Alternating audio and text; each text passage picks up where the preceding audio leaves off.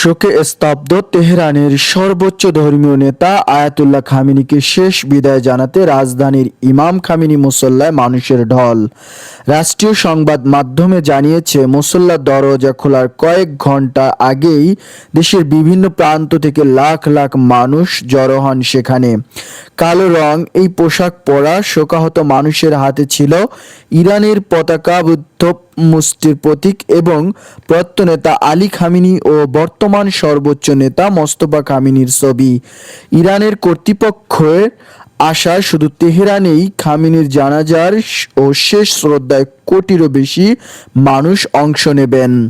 মঞ্চে খামেনির কফিনের পাশাপাশি রাখা হচ্ছে একই হামলায় নিহত তার মেয়ে সাইয়েদা বুশরা খামেনি ও জামাতা মিসবাউল হুদা, পুত্রবধূ যারা হাদ্দাদ এবং নাতৃ জোহরা মোহাম্মদের কফিন।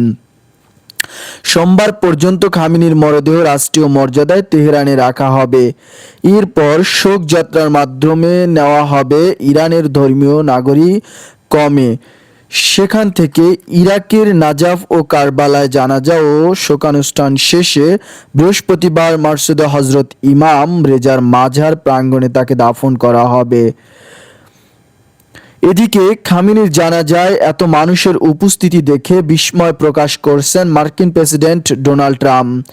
ইরানের মানুষ খামেনিকে ঘৃণা করেন এমনটাই ভেবেছিলেন তিনি। দাবি করেন, তিনি চাইলে জানাজায় উপস্থিত মানুষকে লক্ষ্যবস্তু করতে পারতেন, কিন্তু তা করলে আলোচনার সুযোগ থাকবে না।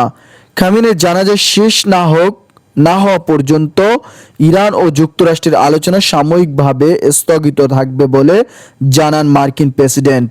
অন্যদিকে জানাজা উপলক্ষে আয়োজিত অনুষ্ঠান ইসরায়েলের সামরিক অভিযানের বিরুদ্ধে আন্তর্জাতিক সম্প্রদায়ের নীরবতার সমালোচনা করেন ইরানের প্রেসিডেন্ট মাসুদ পেজেশকিয়ান। বলেন, মধ্যপ্রাচ্যে ইসরায়েলের ধারাবাহিক হামলা ও আঞ্চলিক